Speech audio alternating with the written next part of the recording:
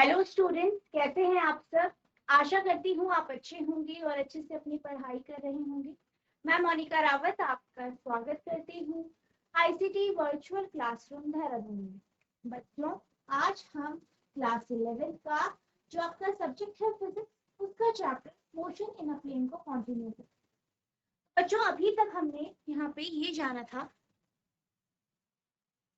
कि motion in a plane क्या होता है, किसी समतल सतह पर गति क्या होती है, ये हमने कॉन्सेप्ट पढ़ा था। इसके बाद हमने स्केलर क्वांटिटी यानी अदिश राशि और वेक्टर क्वांटिटी यानी सदिश राशि के कॉन्सेप्ट को भी जान लिया था। इसके बाद हमने वेक्टर को हम डिटेल में पढ़ रहे थे, तो वेक्टर की जो कैरेक्टरिस्टिक्स हैं, इसकी जो विशेषताएं हैं, वो हमने पढ़ ली थी। इसके साथ साथ हमने जो है यूनिट वेक्टर के कॉन्सेप्ट को समझा था। ठीक है, आपके जितने अलग अलग प्रकार के वेक्टर हैं, जैसे इक्वल वेक्टर हो गया आपका, ठीक है, लाइक अनलाइक वेक्टर्स हो गए, नल वेक्टर हो गए, इन सारे कॉन्सेप्ट्स को हमने देख लिया था। इसके बाद हम बात कर रहे थे पोजीशन एंड डिस्प्लेसमेंट वेक्टर की, यानी स्थिति सदिश और विस्थापन सदिश। तो इस कॉन्सेप्ट को समझने के लिए हम मानते हैं कि हमारे पास एक वस्तु, एक ऑब्जेक्ट, वो बिंदु ए पर स्थित है। वो कहाँ पे है? बिंदु ए पर। अब बिंदु ए पर उसकी ओरिजिन से जो स्थिति है, ठीक है, उसकी ओरिजिन से जो स्थिति है, इसके कोऑर्डिनेट हम मान लेते हैं एक्स और वाई है। ठीक है, तो टाइम टी पर यानी समय टी पर जो वस्तु है, उसकी स्थिति जो है वो एक्स वाई है प्लेन पर। अब क्या हुआ, टी डैश टाइम पर हमने ये देखा, यानी टी डैश समय अंतराल पर हमने ये देखा कि जो वस्तु है वो ए स्थिति से बी स्थिति पर आ गई। ठीक है, जो वस्तु है वो ए स्थिति से बी स्थिति पर आ गई। यहाँ पे जो इसके कोऑर्डिनेट्स हैं वो जो है वो है एक्स डैश और वाई। हमने क्या कहा कि एक वस्तु है वो ए स्थिति पर है, ए पॉइंट पर है। उस समय अंतराल जो है, ये समय जो था वो टी समय पर वो ए बिंदु पर है, और ए बिंदु के जो कोऑर्डिनेट्स हैं वो एक्स और वाई। फिर टी डैश बिंदु पर जो वस्तु है वो x dash y dash coordinate पर पहुंचती है, यानी बिंदु बी पर पहुंचती है।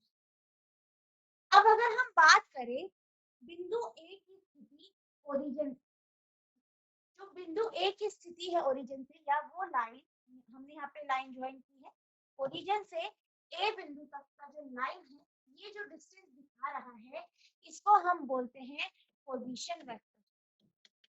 क्या कहते हैं? पोजीशन वेक्टर, यानी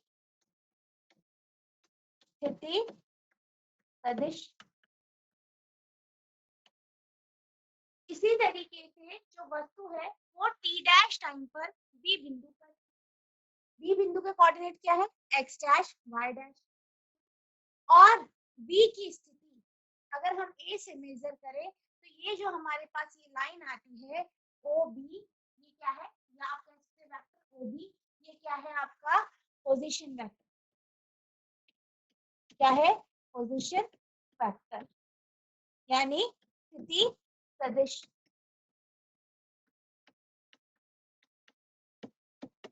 अब हमारे पास OA और OB क्या है? दोनों पोजीशन वेक्टर है, यानी स्थिति सदिश। अगर हम बात करें OA, तो OA को आप किस तरीके से लिख सकते हैं? वेक्टर OA बराबर हो जाएगा आपका, अब यहाँ पर हमने कोऑर्डिनेट लिए हैं x, x आपका जो है x एक्सिस को शो कर रहा है, y कोऑर्डिनेट जो है small y coordinate y axis को शो। अगर हम इसकी इक्वेशन लिखेंगे तो आपकी कुछ इस तरीके से होगी, x i dash plus y j dash. ठीक है, प्लस y j डैश। क्या है ये? पोजीशन वेक्टर, स्थिति सदिश।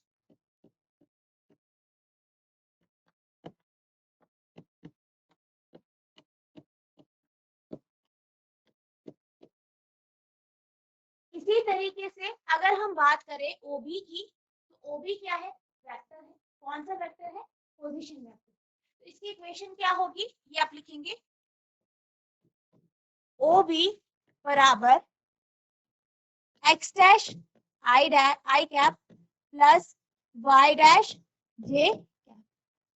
ठीक है। तो हमारे पास जो पोजीशन वेक्टर है उनकी इक्वेशन आ गई है, क्या है, OA बराबर X I cap plus Y J cap, OB बराबर X dash I cap Y dash J. अब यहाँ पे आपके कोऑर्डिनेट्स क्या है, एक्स डैश और वाई डैश। एक्स डैश जो है वो एक्स एक्सिस में या एक्स अक्ष पे एक्स कोऑर्डिनेट को दर्शा रहा है, वहीं वाई डैश जो है वाई एक्सिस पे या वाई अक्ष पर वाई कोऑर्डिनेट को दर्शा। इस तरीके से आपकी जो है ये क्या है, पोजीशन वेक्टर, ठीक है, यानी स्थिति वेक्टर। अब हम बात करते हैं डिस्प्लेसमेंट वेक्टर। हम क्या जानते हैं, हम ये जानते हैं कि वस्तु t समय पर a बिंदु पर, फिर कुछ समय बाद जब समय t डैश हो गया तो वस्तु की स्थिति b हो गई।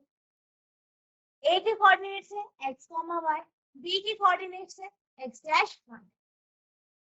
अब जैसे कि आप डिस्प्लेसमेंट के कॉन्सेप्ट को समझते हैं, तो डिस्प्लेसमेंट का कॉन्सेप्ट क्या कहता है, आपने भी पढ़ा है पिछले लेक्चर में कि डिस्प्लेसमेंट यानी विस्थापन वह सबसे छोटी दूरी है जो कि वस्तु की प्रारंभिक और अंतिम स्थिति के बीच है। यानी बेसिकली स्टार्टिंग में वस्तु a बिंदु पर थी t समय पर, फिर t डैश समय पर वो b बिंदु तक। तो यहाँ पर अगर हम बात करें डिस्प्लेसमेंट वेक्टर की, तो डिस्प्लेसमेंट वेक्टर आपका a से b की ओर है। आप ये जानते हैं जब भी हम वेक्टर को शो करते हैं तो हम कैसे शो करते हैं, एरो, ठीक है, तीर के निशान से। और ये जो होता है इसे आप हेड कहते हैं, जो तीर होती है, ये इसकी क्या होती है, टेल यानी पूंछ। अब ये जो हेड है, हेड को आप हेड से क्या शो करते हैं आप, फाइनल पोजीशन, ठीक है। तो यहाँ पे आप देख सकते हैं ओबी वेक्टर को हमने इस तरीके से शो किया है, आपका तीर इधर पे है। इसी तरीके से OA वेक्टर को हमने इस तरीके से शो किया है। अब अगर हम डिस्प्लेसमेंट की बात करें, AB की बात करें, तो यहाँ पे जो डिस्प्लेसमेंट है, डिस्प्लेसमेंट वेक्टर होगा वो आपका AB होगा, ठीक है। और आप देख सकते हैं B क्या है, फाइनल पोजीशन है, तो वहां पे आपका हेड है, ठीक है, वेक्टर का हेड। तो ये AB क्या है, ये आपका डिस्प्लेसमेंट वेक्टर है। AB को क्या कहते हैं, डिस्प्लेसमेंट वेक्टर यानी विस्थापन सदिश। इसे आप क्या कहते हैं, विस्थापन सदिश है, ठीक है। तो विस्थापन सदिश यानी डिस्प्लेसमेंट वेक्टर क्या होगा आपका,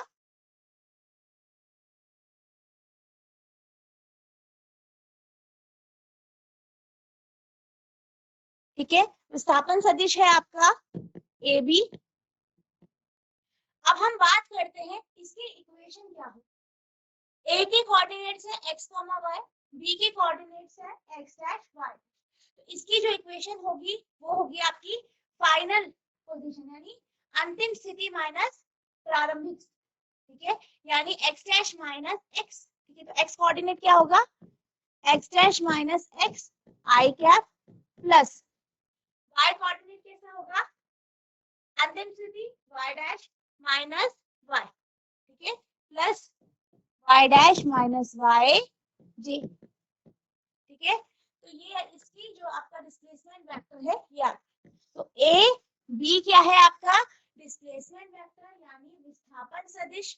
और अगर हम बात करें AO और OB की, तो ये क्या है आपके स्थिति सदिश यानी पोजीशन वेक्टर।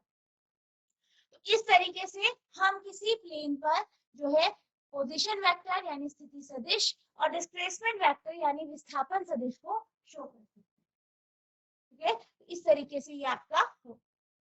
आई होप आपको ये कॉन्सेप्ट समझ में आया होगा। अब हम डिटेल में या फिर आपकी जो डेफिनेशन है उसके अकॉर्डिंग समझते हैं कि पोजीशन वेक्टर और डिस्प्लेसमेंट वेक्टर क्या है।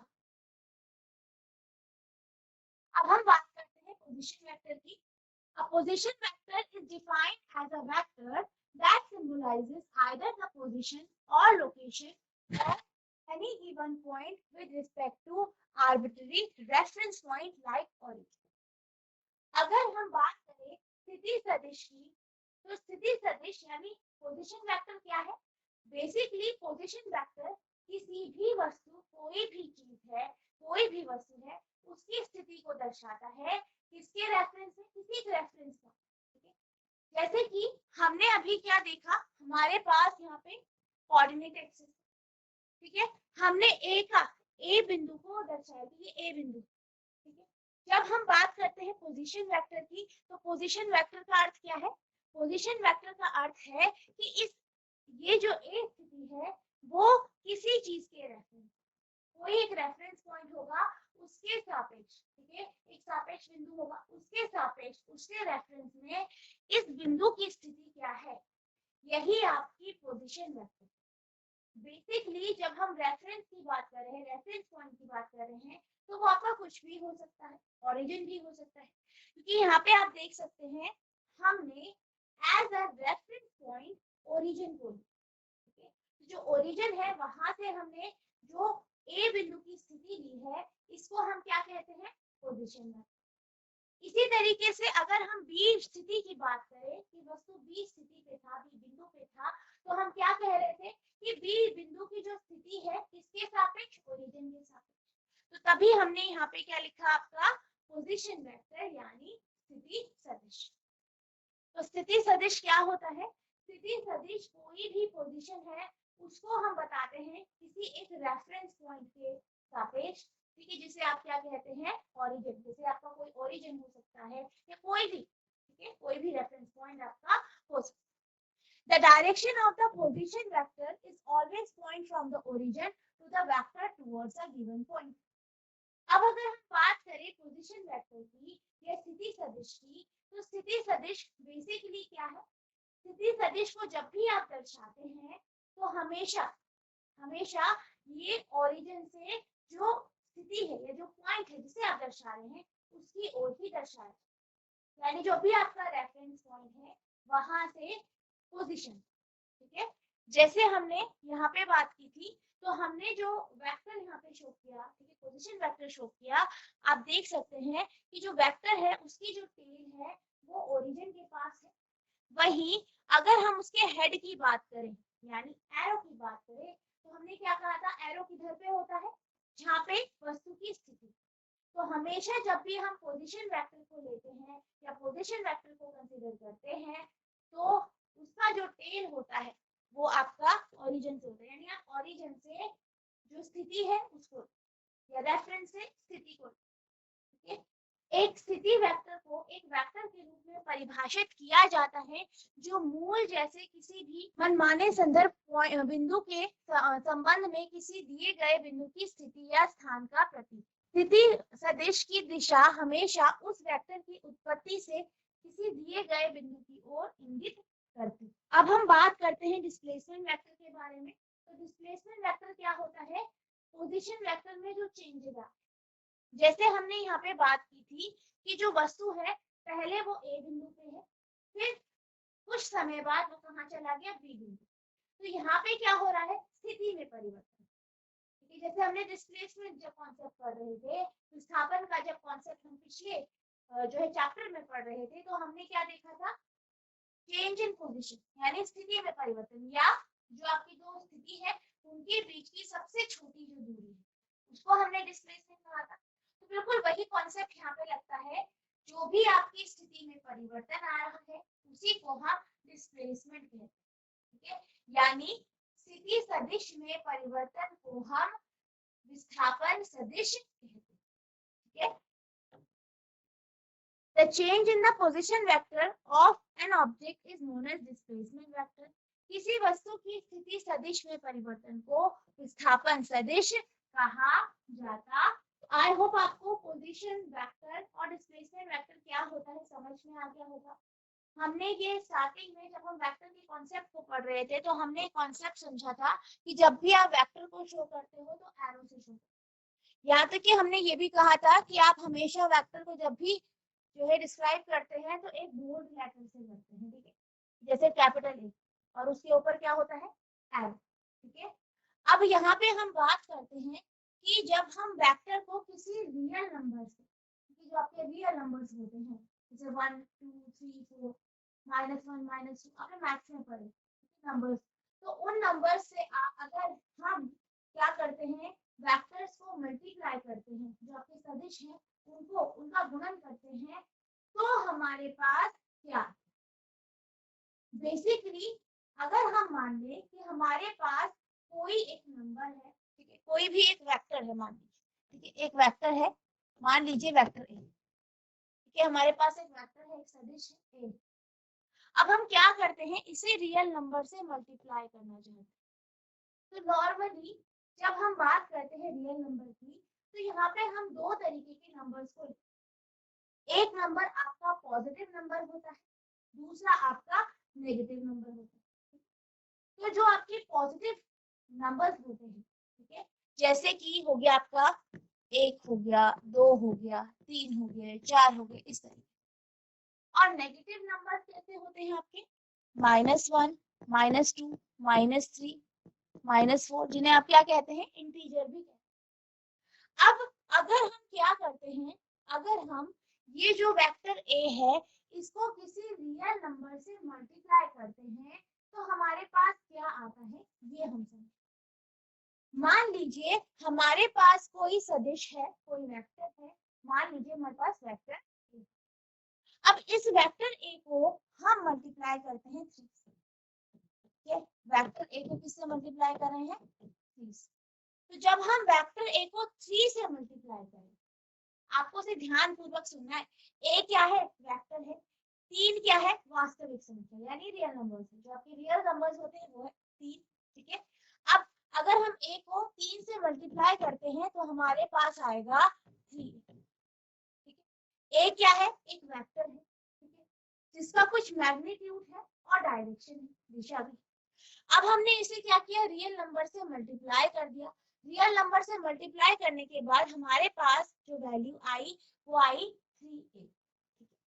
अब इस वेक्टर के बारे में हम क्या कह सकते हैं, अब यहाँ पे हमने एक रियल नंबर से इसको मल्टीप्लाई किया, तो जो 3 है वो क्या बता रहा है, बेसिकली वो ये बता रहा है कि जो वेक्टर ए है उसका जो मैग्नीट्यूड है, उसका जो परिमाण है वो 3 गुना हो चुका। पहले जो इसका परिमाण था, मान लीजिए इसका परिमाण 2 न्यूटन था, ठीक है, मान लीजिए वेक्टर ए का परिमाण जो था वो क्या था, 2 न्यूटन था। इसको हमने 3 से जब मल्टीप्लाई किया तो इसका जो परिमाण आ गया वो 6 न्यूटन है, ठीक है, क्या आ गया, 6 न्यूटन, ठीक है। तो आप यहाँ पे देख सकते हैं क्या हो रहा है, थ्राइस हो, 3 गुना, 3 से 3 को इंटू करा, ठीक है, 2 से, तो आपके पास क्या होगा, 3 गुना है। तो मैग्नीट्यूड में कितना चेंज आ रहा, साइज। इसी तरीके से अगर हम बात करें कि हम क्या करते हैं, हम जो है हमारे पास कोई वेक्टर है, मान लीजिए वेक्टर बी है, इसको हम जो है रियल नंबर 2 से मल्टीप्लाई करते हैं तो हमारे पास जो वैल्यू आएगी वो कितना आ जाएगी, 2b। अब यहाँ पर भी अगर हम मैग्नीट्यूड की बात करें तो मान लीजिए b का मैग्नीट्यूड जो है वो 2 है, इसको हमने 2 से मल्टीप्लाई किया, 2 न्यूटन है, ठीक है, तो हमारे पास आ जाएगा 4 न्यूटन।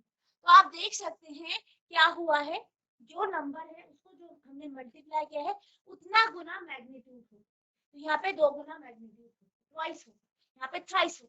इसी तरीके से आप अगर 15 मल्टीप्लाई करते हैं तो 15 टाइम्स हो जाएगा, क्योंकि जो मैग्नीट्यूड में चेंजेस आएंगे वो कैसे हो जाएंगे, नंबर के अकॉर्डिंग। यानी क्या होगा, अगर आप किसी रियल नंबर को, ठीक है, अभी हम पॉजिटिव रियल नंबर की बात कर रहे हैं, अगर आप किसी जो आपके पॉजिटिव रियल नंबर है, धनात्मक संख्याएं हैं, उनको अगर आप मल्टीप्लाई करते हैं तो जो आपका रिजल्ट आता है उतना गुना हो जाता है, यानी बेसिकली मैग्नीट्यूड या परिमाण में उतने गुना जो है परिवर्तन।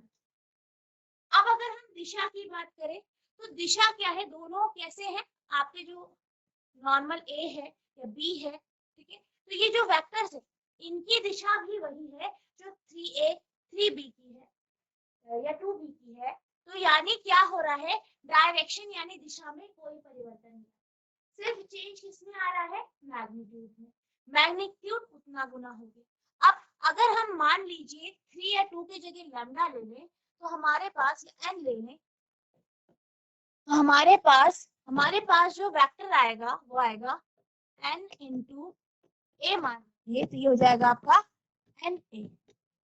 तो क्या होगा, बेसिकली चेंज किसमें होगा, मैग्नीट्यूड में, यानी मैग्नीट्यूड चेंजेस,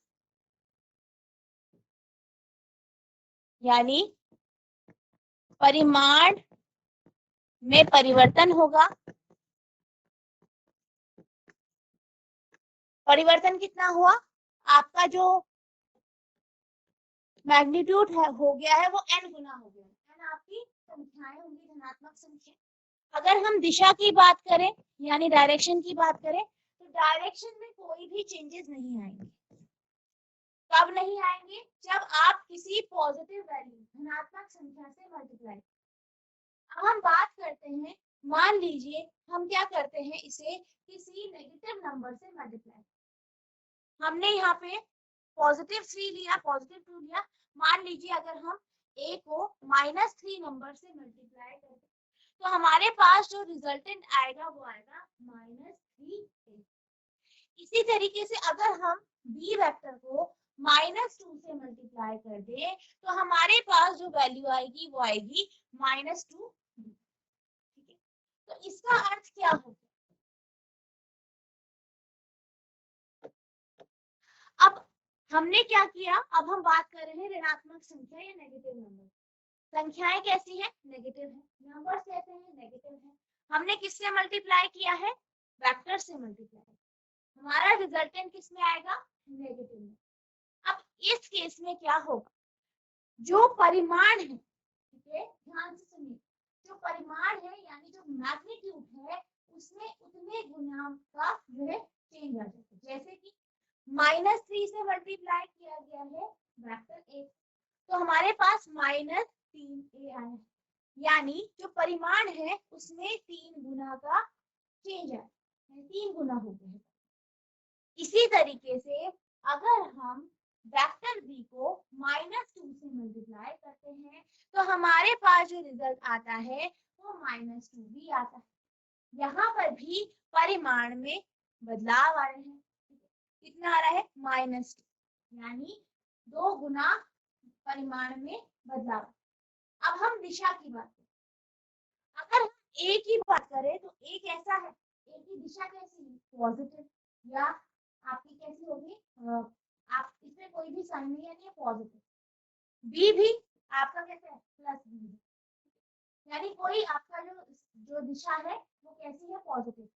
अब आपने नेगेटिव नंबर से मल्टीप्लाई कर दिया है, ऋणात्मक संख्याओं से इसे गुणा कर दिया है, तो आपके पास जो वैल्यू आई है वो कैसी आ गई है, नेगेटिव आई है। नेगेटिव का मतलब, नेगेटिव वेक्टर्स हमने पढ़ा था, ठीक है, ऋणात्मक सदिश पढ़े थे। तो ऋणात्मक सदिश में हमने क्या कहा था कि जो ऋणात्मक सदिश होती हैं उनकी दिशा, जो आपका जो सदिश है उसकी दिशा के विपरीत है।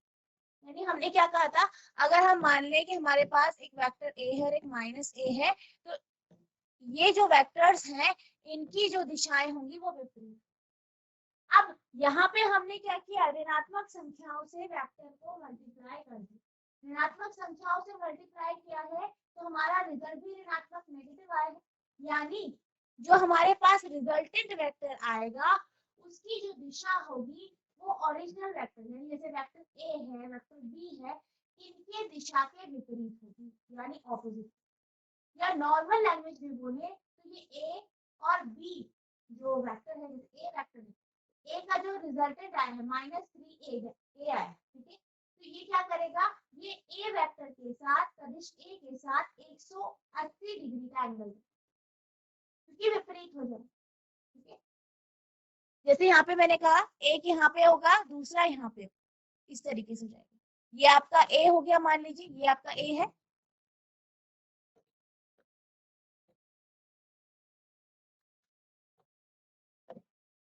मान लीजिए ये वेक्टर a है,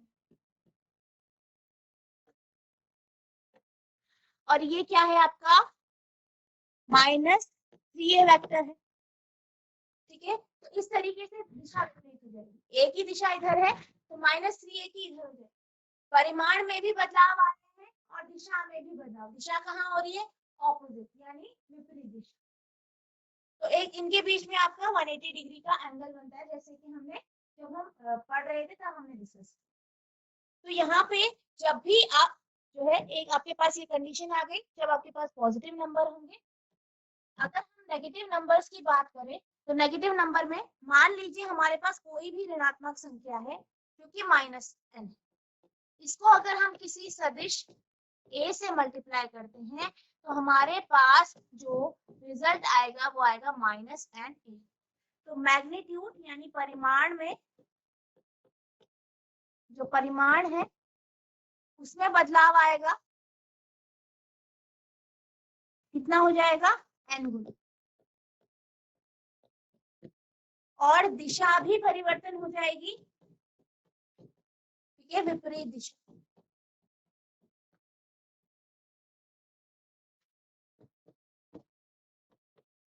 यानी ऑपोजिट डायरेक्शन, ठीक है। तो डायरेक्शन क्या हो जाएगी, विपरीत हो जाएगी। अगर हम माइनस एन से मल्टीप्लाई करेंगे, यानी कोई भी ऋणात्मक संख्या से अगर हम मल्टीप्लाई करते हैं तो हमारा परिमाण में भी परिवर्तन हो रहा है, परिमाण n गुना हो गया है, और दिशा में परिवर्तन आ रहा है, यानी दिशा ऑपोजिट हो जाए। इसी तरीके से अगर हम पॉजिटिव संख्या से मल्टीप्लाई करते हैं तो क्या आता है, परिमाण आपका जो है परिवर्तन आ रहा है, n गुना हो रहा है, लेकिन दिशा में कोई परिवर्तन नहीं आ रहा है, क्योंकि दोनों क्या है, पॉजिटिव वैल्यू, ठीक है। आई होप आपको कॉन्सेप्ट समझ में आया होगा। When a vector A is multiplied to a real number lambda, we get another vector lambda A. The magnitude of lambda A is lambda times the magnitude of, यानी क्या कहा जा रहा है, जब भी हम किसी एक वेक्टर, कोई एक सदिश है जो कि A है, इसको अगर हम किसी रियल नंबर से, जैसे लैम्डा हो, कोई नंबर हो गया, लैम्डा ले लिया, या n ले सकते हैं, या 1 2 3, किसी रियल नंबर से हम मल्टीप्लाई करते हैं तो हमें एक वेक्टर मिलता है। कौन सा वेक्टर मिलता है, लैम्डा ए। जैसे यहाँ पे हमारे पास एन ए आए हैं, लैम्डा ए हो सकता है, या अगर आप 2 या 3 से मल्टीप्लाई करें तो 2a 3a, ऐसा आपको वेक्टर या सदिश मिलता है। The magnitude of lambda a is lambda times the magnitude of a. अगर हम लैम्डा ए की बात करें, इसका जो मैग्नीट्यूड होगा वो लैम्डा टाइम्स होगा, यानी लैम्डा गुना, n होगा तो n गुना, 2 होगा तो 2 गुना, ठीक है, 3 होगा 3 गुना, 15 होगा 15 गुना, ठीक है। तो मैग्नीट्यूड में जो संख्या आपने मल्टीप्लाई की गई है उस संख्या की गुना आपकी नया जो वेक्टर है उसका परिमाण है। If lambda is positive, then the direction of lambda a is the same as that of a. अब क्या कहा है कि अगर लैम्डा पॉजिटिव है, धनात्मक संख्या, तो जो a है, a की जो दिशा होगी वही लैम्डा a की भी दिशा होगी। If lambda is negative, then the direction of lambda a is opposite to that of a. और अगर लैम्डा नेगेटिव होता है, ऋणात्मक होता है, तो लैम्डा ए की जो दिशा होगी तो क्या होगी आपकी, माइनस लैम्डा ए होगा वैल्यू, तो इसकी जो दिशा होगी वो ए के विपरीत हो जाएगी, यानी ऑपोजिट। जब एक वेक्टर ए को वास्तविक संख्या लैम्डा से गुना किया जाता है तो हमें एक और वेक्टर मिलता है जो कि क्या है आपका, लैम्डा ए।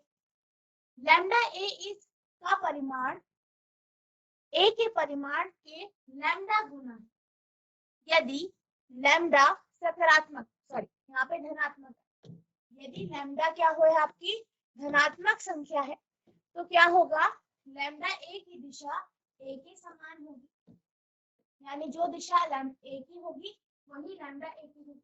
यदि लैम्डा ऋणात्मक है तो लैम्डा ए की दिशा ए के विपरीत होती है, ठीक है। तो यहाँ पे आपको बिल्कुल ध्यान रखना है साइन का, साइन के अकॉर्डिंग ही डायरेक्शन में क्या हो जाएंगे, चेंजेस, ठीक है। अब हम बात करते हैं, जब भी हम किसी भी वेक्टर को, किसी भी सदिश को अदिश यानी स्केलर से मल्टीप्लाई करें तो क्या चेंजेस आते हैं।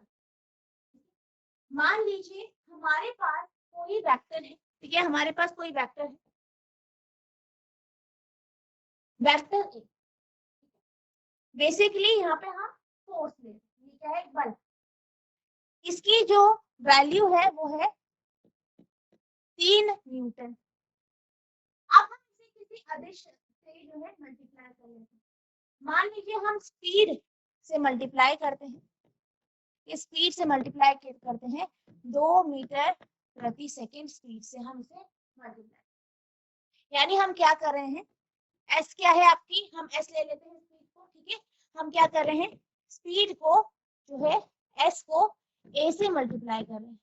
अब एस क्या है, एस आपका जो है स्केलर है यानी अदिश है, और इसको अगर हम ए से मल्टीप्लाई करते हैं, ए क्या है, एक वेक्टर है, तो क्या परिवर्तन है। अब ए क्या है आपका, यहाँ पे फोर्स है, बल है, ठीक है, और हमने स्पीड कितनी ली है, 2 मीटर प्रति सेकंड। तो मान लीजिए हम एक ले लेते हैं, एक ले लें स्पीड को जो कि स्केलर है, तो इसे हमने क्या किया, एक से मल्टीप्लाई किया, तो हमारा रिजल्टेंट क्या है, हमारा जो रिजल्ट आएगा, तो हमारा रिजल्ट क्या आया, 3 न्यूटन मीटर पर सेकंड। हमने क्या किया, ए हमारा वेक्टर है जो कि क्या है, हमने फोर्स ले लिया है, ऐसे एक स्केलर क्वांटिटी है, स्केलर क्वांटिटी यानी जो आपकी अदिश राशियां होती है जिनका सिर्फ मैग्नीट्यूड होता है, डायरेक्शन नहीं होती।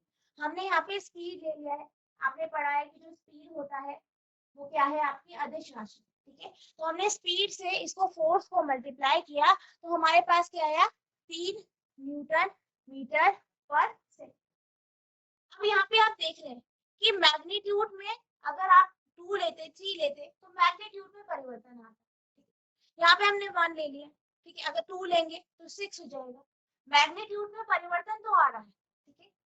लेकिन आप एक चीज ऑब्जर्व कर रहे होंगे कि दिशा में कोई परिवर्तन नहीं आएगा। क्यों नहीं आएगा, क्योंकि ए क्या है, एक वेक्टर क्वांटिटी है, और ए की क्या होती है, डायरेक्शन यानी दिशा और परिमाण दोनों होते हैं। वहीं अगर हम स्केलर की बात करें तो स्केलर क्वांटिटी यानी अदिश राशियों की दिशा नहीं होती, इसका सिर्फ मैग्नीट्यूड होता है, यानी दिशा में तो परिवर्तन आएगा नहीं, मैग्नीट्यूड में चेंज आ सकते हैं। और इसके साथ साथ एक और चीज हो रही है, क्या हो रही है, यूनिट में बदलाव, एक ही यूनिट कितनी थी, न्यूटन। अब हमने स्केलर से मल्टीप्लाई किया तो क्या आया, न्यूटन मीटर पर सेकंड। पिछले वाला जो हमारा टॉपिक था उसमें हमने क्या देखा था कि हम संख्या से मल्टीप्लाई, तो संख्या से जब हम मल्टीप्लाई कर रहे थे, रियल नंबर से मल्टीप्लाई कर रहे थे, तो क्या हो रहा था, आपके सिर्फ जो है आपका मैग्नीट्यूड में चेंजेस आ रहे थे, दिशा में चेंज नंबर के अकॉर्डिंग आ रहे थे, यूनिट में कोई चेंज नहीं। लेकिन जब हम बात कर रहे हैं स्केलर की, तो स्केलर में क्या होता है, स्केलर से मल्टीप्लाई करने के बाद, अदिश से गुणा करने के बाद जो हमें मिलता है उसकी दिशा तो वही होती है जो वेक्टर की है, लेकिन जो परिवर्तन आता है वो मैग्नीट्यूड में और यूनिट में, ठीक है। तो यहाँ पे ये changes, when a vector is multiplied by a scalar quantity then magnitude of vector changes in accordance with the magnitude of scalar but direction of the vector remain unchanged। यानी क्या कहा जा रहा है, जब एक सदिश को एक अदिश संख्या या अदिश राशि से गुणा किया जाता है, तो सदिश का परिमाण अदिश राशि के परिमाण के अनुसार बदलता है, यानी क्या हो रहा है, जो आपकी स्केलर क्वांटिटी है उसकी जो वैल्यू है उसके अकॉर्डिंग जो है अदिश का जो सदिश है उसका आपका अदिश के अकॉर्डिंग क्या हो रहा है, परिमाण में परिवर्तन आता है, लेकिन सदिश की दिशा अपरिवर्तित रहती है, यानी जो आपको वेक्टर मिलता है उसकी दिशा अपरिवर्तित रहती है, जैसे हमने यहाँ पे देखा। इसी तरीके से मान लीजिए हमारी बी क्वांटिटी है, इसकी वैल्यू है 5 न्यूटन, ठीक है, और हम क्या करते हैं, इसको मल्टीप्लाई कर रहे हैं स्केलर के साथ, ठीक है, स्केलर पीडी ले लेते हैं 2 मीटर प्रति सेकंड। तो यहाँ पे जो परिवर्तन आएगा वो क्या आएगा आपका 5 न्यूटन, बी हमने लिया 5 न्यूटन, ठीक है, और हमारे पास जो स्केलर है वो हमने ले लिया आपका 2 मीटर प्रति सेकंड। तो हमारा स्केलर से जब हम वेक्टर को मल्टीप्लाई करेंगे तो क्या आएगा, 2 मीटर प्रति सेकंड को 5 न्यूटन से मल्टीप्लाई कर देंगे तो 10 न्यूटन मीटर पर सेकंड। तो यहाँ पे भी आप देख सकते हैं कि जो आपकी स्केलर क्वांटिटी है, अदिश राशि है, उसी के अकॉर्डिंग क्या हो रहा है, परिमाण में परिवर्तन आ रहा है, लेकिन दिशा में कोई भी परिवर्तन नहीं आ रहा। तो बच्चों मुझे आशा है कि जो भी ये टॉपिक आज आपको पढ़ाए गए हैं, हमने आज पोजीशन वेक्टर यानी स्थिति स्थिति सदिश की बात करी, हमने जो है आपका डिस्प्लेसमेंट वेक्टर यानी विस्थापन सदिश की बात करी, इसके साथ साथ हमने ये देखा कि अगर आप किसी जो सदिश है यानी वेक्टर्स है उनको किसी रियल नंबर से मल्टीप्लाई करते हैं तो क्या चेंजेस आते हैं। इसके साथ साथ अगर स्केलर से यानी अदिश राशि से अगर गुणा करते हैं तो जो आपके पास रिजल्टेंट है या जो आपका वेक्टर आया है, जो सदिश आया है, उसमें क्या परिवर्तन होते हैं, ये भी हमने आज पढ़ा। आपको क्या करना है, ये सारे टॉपिक्स को रिवाइज करना है। अगर आपको किसी भी प्रकार की कोई भी प्रॉब्लम होती है तो आप नेक्स्ट लेक्चर में पूछ सकते हैं। तो बच्चों आज के लिए बस इतना ही, मिलते हैं हम नेक्स्ट सेशन में। तब तक के लिए thank you and have a nice day.